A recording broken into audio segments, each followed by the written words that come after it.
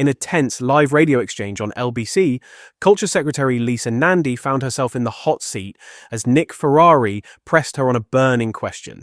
Should the BBC call Hamas a terrorist organization? Ferrari didn't hold back.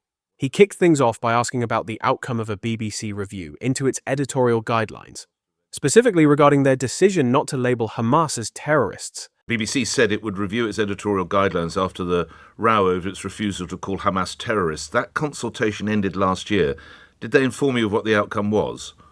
On that specific consultation, that's a discussion that we're about to have. I've got a meeting coming up with the senior management of the BBC about this in particular. Should the BBC call Hamas terrorists?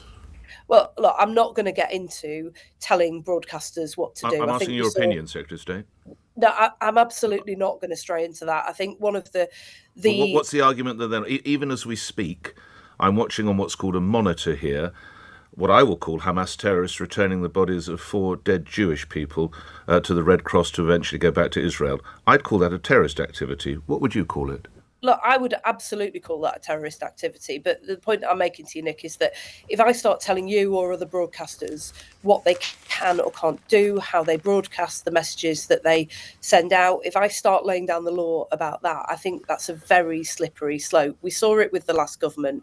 We had far too much political interference. The media exists in part to hold up a mirror to government, to put us under scrutiny. It's important that they're able to act with independence, and I will defend that with my last breath. Her point? The media must remain independent and free from political interference.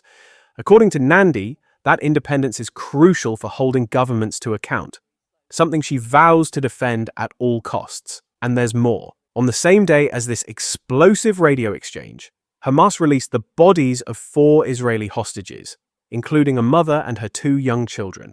To recap, Hamas abducted around 250 people back on October 7th, 2023, a move that sparked a brutal war, with over 48,000 Palestinian casualties reported. This recent exchange marks the 7th round of negotiations during this initial ceasefire phase, where no hostages were swapped for the returned bodies. Instead, future talks could see a deal involving the release of additional hostages for a significant number of Palestinian prisoners.